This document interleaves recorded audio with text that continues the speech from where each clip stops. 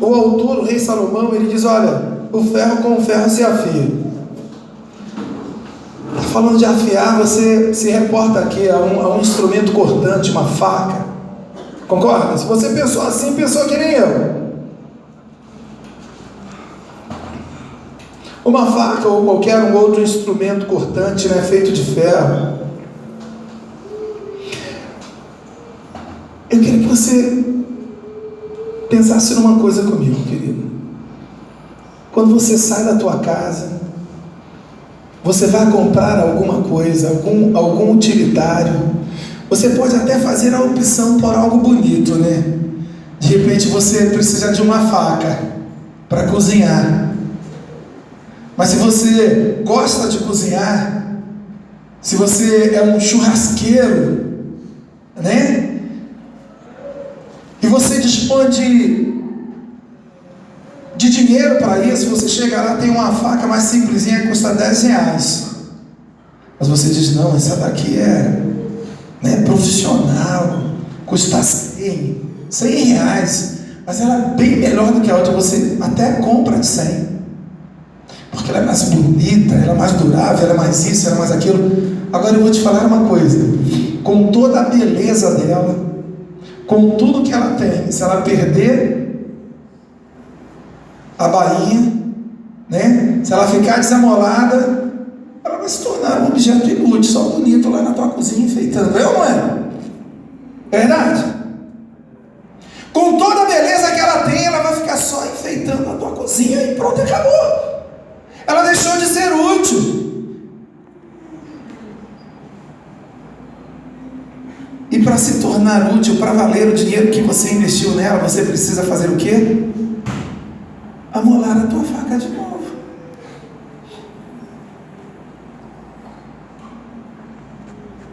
E aí, querido, eu quero assim correr um pouquinho. Nós temos Santa Ceia.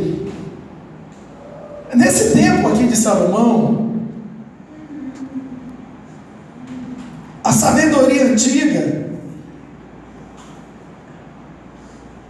ela ensina que para um objeto cortante não ficar na inutilidade, para se tornar útil novamente, tinha que ser amolado. E como é que se fazia? Em geral, um ferro com outro ferro, uma faca com outra faca.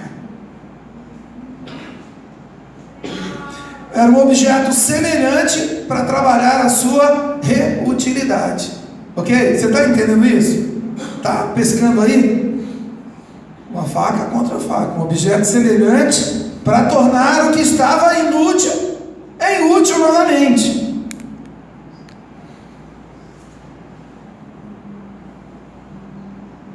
Interessante aqui, amados, olha, no passado, hoje talvez, ou será algo corriqueiro, todo mundo tem um amolador de faca, né, em casa. Alguns têm uns bonitos que você passa assim a faca e ela já sai do outro lado amoladinha. Mas no passado não era assim.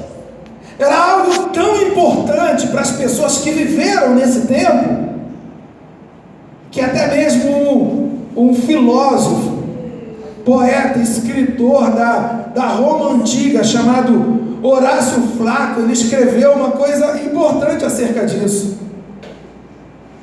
Ele disse: eu quero afiar as outras pessoas como a pedra de afiar dá fio às facas, embora a pedra de amolar não tenha fio. Olha só, isso era tão importante naquele tempo, que um filósofo, um poeta, um escritor, ele se utiliza disso para trazer um pensamento, uma meditação.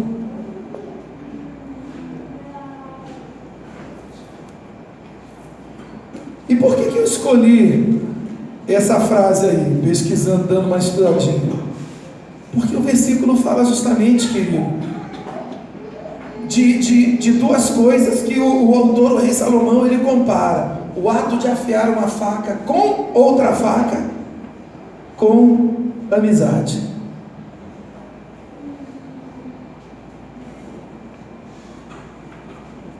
E lendo isso, como eu te falei, né, antes, eu tenho tido tempo para conversar com Deus e para ouvir Deus. E aí, orando, eu perguntei para o Espírito Santo o porquê disso, né? E no meu coração eu recebi o seguinte: que esse texto é um desafio, amado.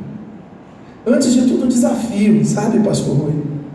Para que nós venhamos a refletir sobre o que é realmente uma amizade. Se nós fôssemos contextualizar a amizade, né, se eu perguntasse para você e todos vocês pudessem me responder um a um, de repente você diria que amizade é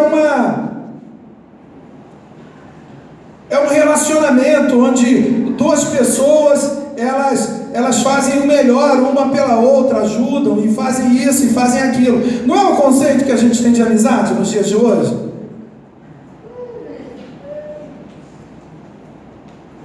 Mas quando eu leio esse texto, querido, eu vejo que a Bíblia ela leva o conceito de amizade para um patamar muito mais além, muito superior, sabia? Do que apenas uma troca de favores.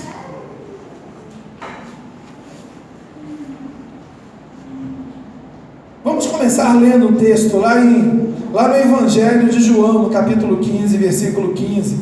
Vocês conhecem muito bem. Você pode anotar, eu vou lendo e vocês anotam para ler em casa, para a gente poder ganhar tempo. Diz assim, João 15:15. Palavras do Senhor Jesus para os seus discípulos: já não vos chamarei servos, porque o servo não sabe o que faz o seu Senhor, mas tenho-vos chamado amigos, porque tudo quanto ouvi de meu Pai vos tenho feito conhecer. Antigamente, para mim, esse versículo ele tinha uma conotação. Para mim, hoje, já tem outra completamente diferente. Por que, amados? Quando Jesus fala para os seus discípulos: olha, eu quero só antes explicar o porquê de servos e amigos. Naquela época, um mestre, um rabi, um raboni, ele tinha na pessoa dos seus discípulos os seus servos. Lembram da relação de Elias e Eliseu? Quando Elias chama Eliseu para acompanhá-lo, para ser discipulado por ele vai ser o seu moço. O seu moço era o seu servo. Ele ia servir o profeta. Enquanto ele servia o profeta, ele era ministrado, ensinado pelo profeta. Então, os discípulos de Jesus seriam servos, seguidores. Mas Jesus diz: olha, para mim vocês não são servos, vocês são meus amigos. E ele diz o porquê: porque tudo que eu tenho ouvido do meu Pai, eu vos tenho feito conhecer. Jesus ele chama os discípulos de servo quando eles estão numa condição ainda, como é que eu posso dizer? De não retribuírem nada. Perceba, foram 3 anos em que Jesus só deu dele. Deu tudo, amor, carinho, paciência, tudo. E além de tudo isso, mesmo que eles não entendessem a amplitude do que estavam vendo e ouvindo, Ele lhes deu a revelação de tudo aquilo que o Pai estava executando, fazendo, na pessoa do próprio Senhor Jesus. Ele diz: olha, tudo que o Papai está fazendo, tudo que o Papai quer fazer, eu estou anunciando a vocês. Eu estou fazendo de vocês conhecedores. Eu estou privilegiando vocês porque vocês são meus amigos.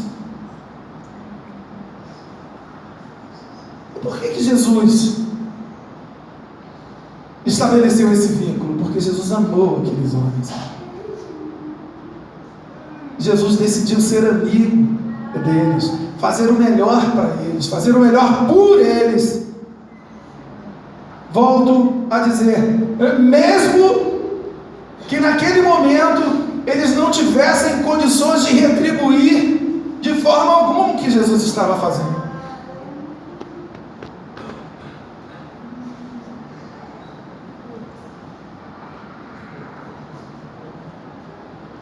É por isso que para mim hoje, sabe, lendo a Bíblia, eu entendo que biblicamente falando, o conceito de amizade vai muito além do que uma troca de favores. Não, o pastor Edi é meu amigo. Sabe por que o pastor Edi é meu amigo? Eu posso confiar nele, ele vai fazer por mim aquilo que eu espero que ele faça, e eu vou fazer por ele aquilo que ele espera que eu faça. Isso é amizade. Biblicamente falando, não. Amizade é algo que vai além. O que é amizade? O que eu entendo de amizade hoje da Bíblia, sabe o que é? É que ela é algo similar ao amor. Só que o amor, ele existe na esfera da emoção, do sentimento. A amizade é a prática do amor. A amizade é a ação decorrente do amor. O amor eu sinto, mas se eu guardo o amor dentro de mim, ele não significa absolutamente nada, amado. Ele tem que ser seguido de prática, de atitudes, de decisões. Amém. E aí vem a amizade. A amizade é justamente esse conjunto de atitudes, de decisões que são motivados pelo amor. Assim como lá no capítulo 13, versículo 5, se não me engano, da primeira carta do apóstolo Paulo aos Coríntios, ele diz que o amor ele não busca os seus próprios interesses. Da mesma forma, a amizade, ela não é bilateral, ela é unilateral, amado. O que ela traz de volta é uma consequência, mas o que vai, não vai pensando no que volta. Você está entendendo? Amém?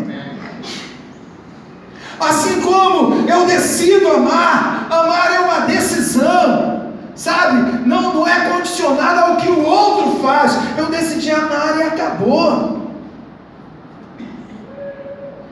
Se tem uma coisa, querido, que ficou gravada na minha mente, na nossa cerimônia de casamento,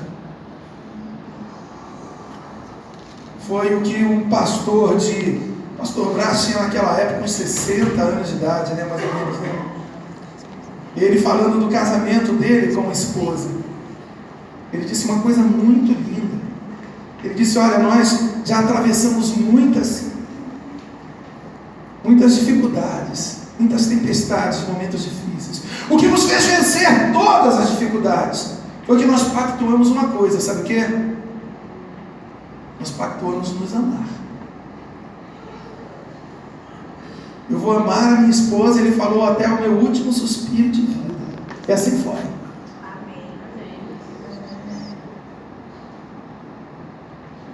Independente do que ela decidir fazer por mim, ou deixar de fazer, eu decidi amá-la e pronto. Amor é assim. A gente decide. Eu não concordo com a definição que muita gente, e seja psicólogo, seja analista, seja lá o que for, de que o amor, ele tem essa condicional. Eu só posso te amar se você me amar. Se você não me amar, eu não te amo. É besterol isso. A palavra de Deus diz que o Senhor nos amou incondicionalmente, mesmo quando nós estávamos no lamaçal do pecado, amado. Ele já nos amava. E é esse tipo de amor que a Bíblia nos desafia, queridos, a encher os nossos corações todos os dias por Deus, pelo nosso semelhante. Querido, é um amor incondicional. Eu não quero saber o que você pode fazer por mim. Eu quero sim te amar incondicionalmente. Só que o amor que eu guardo, ele só é conhecido por mim. Mas quando ele começa a frutificar, a dar os resultados em forma prática, ação, atitude, decisão, posicionamento, aí vem algo conhecido como amizade. Então, assim como eu decido amar, eu decido ser amigo de alguém. Você pode discordar e tem todo o direito para isso, né, amado? Mas quando eu leio determinadas coisas na palavra de Deus, eu não consigo entender de forma diferente. Por exemplo, quando eu vejo a cena gerada na minha mente do momento em que Jesus foi preso lá no Getsemane. Lá em Mateus, no capítulo 26, versículos 45 e 50, esse momento é narrado da seguinte forma: então chegou junto dos seus discípulos, quem chegou? Jesus, e disse-lhes: dormi agora, e repousai, eis que é chegada a hora, e o Filho do Homem será entregue nas mãos dos pecadores. Levantai-vos, partamos, eis que é chegado o que me trai. E estando ele ainda a falar, eis que chegou Judas, o Iscariotes, né? Um dos 12, e com ele grande multidão com espadas e porretes, vinda da parte dos príncipes, dos sacerdotes e dos anciãos. E o traidor tinha-lhes dado um sinal, dizendo: o que eu beijar, esse é, prendei-o. E logo aproximando-se de Jesus, disse: eu te saúdo, Rabi. E beijou. Jesus, porém, lhe disse: isso aqui me deixa impactado, amado. E Jesus lhe disse: olha, eu procurei em todas as versões, está escrito do mesmo jeito, todas as versões que eu tenho em casa. E Jesus lhe disse: amigo, a que vens? Ou a que viestes? Então, aproximando-se eles, lançaram mão de Jesus e o prenderam. Cara, você lê os evangelhos, você vê que Judas era aquele cara que o tempo todo, ele não estava lançando críticas construtivas para o que Jesus fazia e ensinava aos discípulos com prática. As críticas de Judas, elas vinham no sentido de desestabilizar a liderança de Jesus. De dizer: não, olha, esse cara aí, nada a ver. Lembram da entrada de Maria na casa de Simão, quando Jesus foi jantar lá? Ela chega e tal, e beija os pés de Jesus, lava com as lágrimas, enxuga com o cabelo. Depois o que ela faz? Entregou o dízimo? Não. Ela derramou sobre Jesus o quê? Uma especiaria cara. Eu quero te contar uma coisa. Naquela época não existia banco, então não existia os tipos de investimento que nós temos hoje, tá bom? Não se colocava dinheiro na poupança. Então o que as pessoas faziam? Elas investiam nisso, sabe, em materiais caros, roupas caras, em couro, mas principalmente em especiarias. Então eu imagino que aquilo ali era uma poupança grande de Maria, aquele dinheiro, ou aquela especiaria, e ela joga tudo em Jesus. Judas chega e diz: que loucura, que desperdício. Poderia pegar essa especiaria aí, se vender, levantar muito dinheiro e dar aos pobres. E a Bíblia diz que ele não estava preocupado com os pobres, mas ele disse isso porque ele era ladrão. Uma certa vez, pastor, eu ouvi uma tese, defendendo uma tese de mestrado em teologia, faz muito tempo, e a tese dele era baseada no seguinte pensamento: que Pedro tinha tudo para ser o traidor. Por quê? Porque ele era colérico, porque ele era um cara assim muito, sabe, qualquer coisa deixava Pedro irritado. Então ele era aquela pessoa que podia se revoltar com Jesus pela forma como Jesus encarava determinadas coisas. Eu vou trair. Mas Pedro tinha uma coisa que Judas nunca teve, sabe o quê? Caráter. Judas era ladrão. Por isso o diabo investiu na vida de Judas.